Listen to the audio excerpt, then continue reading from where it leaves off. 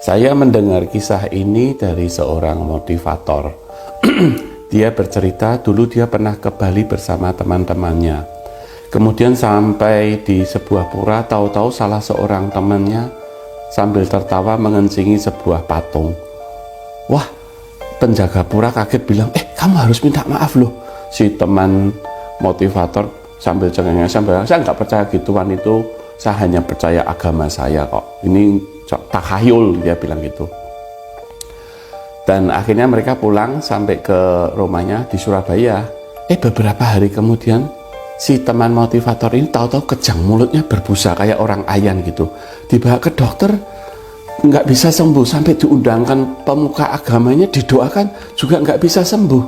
Akhirnya dengan keputusasaan si papa temannya ini mengundang seorang pintar dan kemudian menanyai saat si anaknya sedang kumat.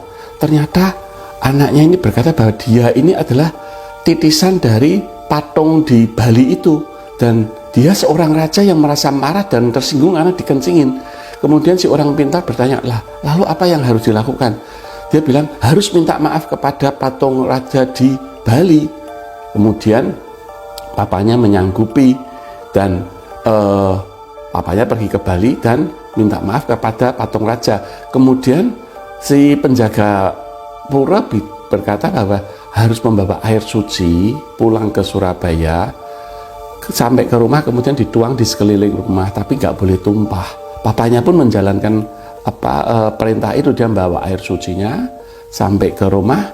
Waktu dia mau menuang air itu ke sekeliling rumah, tahu-tahu istrinya keluar dari rumah. Istrinya marah-marah, istrinya masih nggak percaya.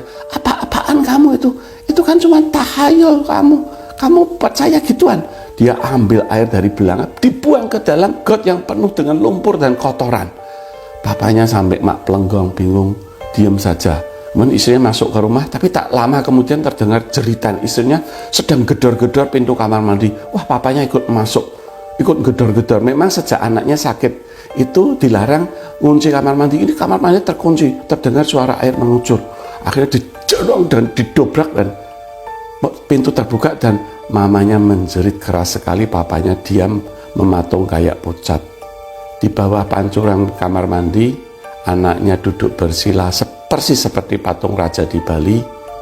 Dia mematung dalam keadaan sudah meninggal. Hormatilah kepercayaan dan keyakinan orang lain.